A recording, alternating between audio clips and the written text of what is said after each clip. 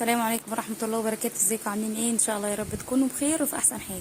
طبعا احنا خارجين من العيد ولسه تفريزات العيد عندنا، وكل حاجاتنا اللي جبناها للعيد موجودة، عشان طبعا معظمنا عارف ان الجزارين لسه قافلين ما فتحوش، وفي ناس فتحت بس مش كلهم.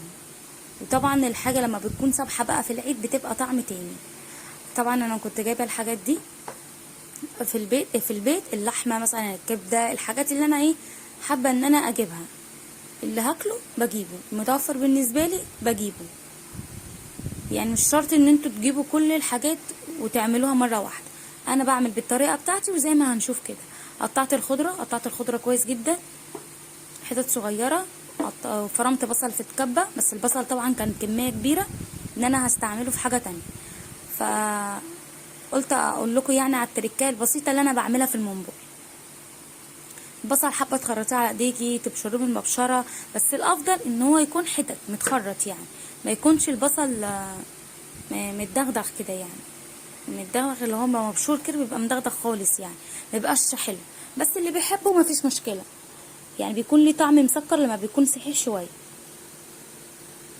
وانا بقطع طماطم كده عليه، وواحده واحده كده هقول لكم هنعمل ايه. الطماطم انا بقطعها قطع صغيره خالص، اصغر من السلطه، قطع صغيره خالص. بعد ما قطعت الخضره وقطعتها، طبعا انا كنت غاسله الممبار ومقطعاه كويس بالحجم اللي انت عايزاه.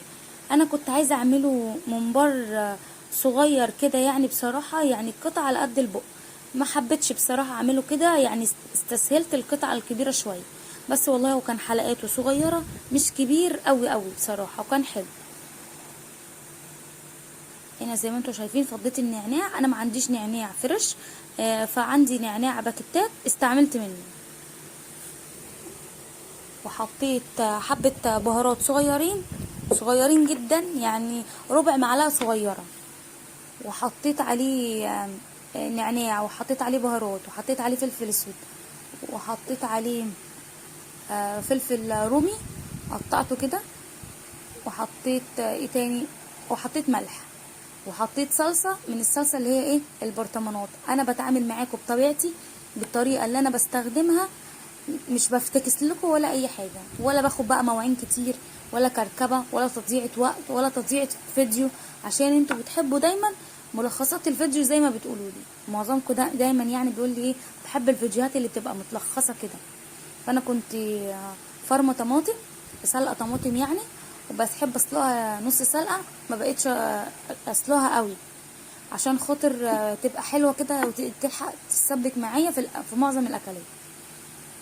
وحطيت منها حبه صغيرين كده، وحطيت معلقتين صلصه اللي هي الجاهزه، وحطيت عليهم حبه زيت، وهقلب كويس وابتدي بقى احشي. انا كده الخلطه بتاعتي جاهزه معايا.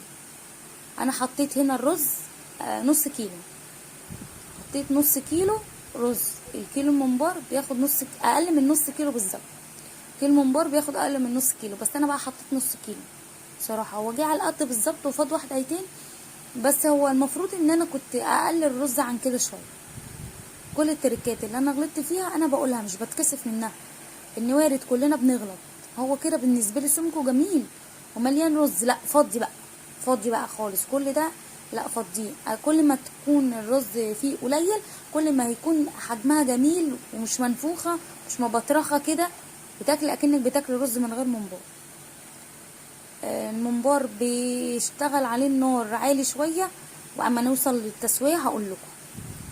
هنا بقى انا عملت حشيت كام واحده كده صغيرين معاكم زي ما انتم شايفين. انا حابين تقطعوا بالمقص، حابين تقطعوا بالسكينه، براحتكم، الطريقه المتوفره بالنسبه لكم وان انتوا حابين تعملوها اعملوها. طبعا من ناحيه القطع ما بيكونش فيه حشوه كتير، ومن ناحيه القطعه التانية برضو ما يكونش فيه حشوه كتير، لازم تبقي مهوياها شويه، عشان بقول لكم بيبقى حجمه كبير كده هيبقى صغير. البقيه الخضره بقى اللي فضت معايا بعد ما خلصت حشو، انا بقى حطيتها كده زي ما انتم شايفين كده في الكيس، وخرجت كل الهواء منها ورحت حطاها كده، وشلتها بقى في الفريزر. هي طبعا ما بتفضلش زي ما هي، بتغمق شويه بس مش بتغمق كتير. غليت ميه في الكتل، وحطيت الميه على النار، وهحط فيها بقى مرقه دجاج لحمه، واحط مرقه دجاج لحمه 2 حسب يعني الكميه المتوفره عندكم. وانا كان عندي حوالي كيلو ممبار وحطيت عليه الكميه دي زي ما انتوا شايفين كده. حطيت حبهان، ورق لوري، قرنفل، ومش هحط حاجات كتير، واحط حبه فلفل اسمر، وحطيت معلقتين صلصه. وابتدي بقى احطه، بمسكه كده اهوت من الجنب ده ومن الجنب ده كده، واروح منزله في الميه على طول. هو بيلم ويقفل، اول ما بحطه كده بيلم ويقفل على طول. حطيت طبعا بصلايه عشان الشوربه، وطبعا انا كنت بشيل كده بصراحه، بس قلت لا ما بدهاش، رحت شايله بقى بالتونج. عارفين الماسك اللي هو بنقلب بيه، اللي بنقلب بيه ده على طول انا حطيت بيه، اللي هو ده كنت بطلع بيه من الحله على طول. حمرت كل الكميه معايا اللي انا محتاجاها، والباقي بحطه في كيس واشيله في الفريزر. زي ما انتوا شايفين كده استوى معايا وجميل وزي الفل، وسواه كان جميل. السوا هنا بقى بوطي عليه شويه، وبعدين اول ما بيغلي غلوتين 3 بوطي عليه شويه، يعني حوالي مثلا 10 دقايق نار عاليه و10 دقايق نار واطيه، وحسب كميه الممبار عندكم وحجمه برضو. كل ما يكون صغير كل ما يستوي اسرع. انا بوريكم بس هنا حجمه وسواه لذيذ والله، مش عشان انا اللي عاملاه، بامانه لذيذ ما باتش منه ولا واحده. اللي ليه نصيب في حاجه اكلها وكان زي الفل. شوفوا الجمال بتاع السلطه. طبعا دي سلطه المشاوي، بس ايه من غير ميه كتير، من غير ميه سلطه كتير يعني.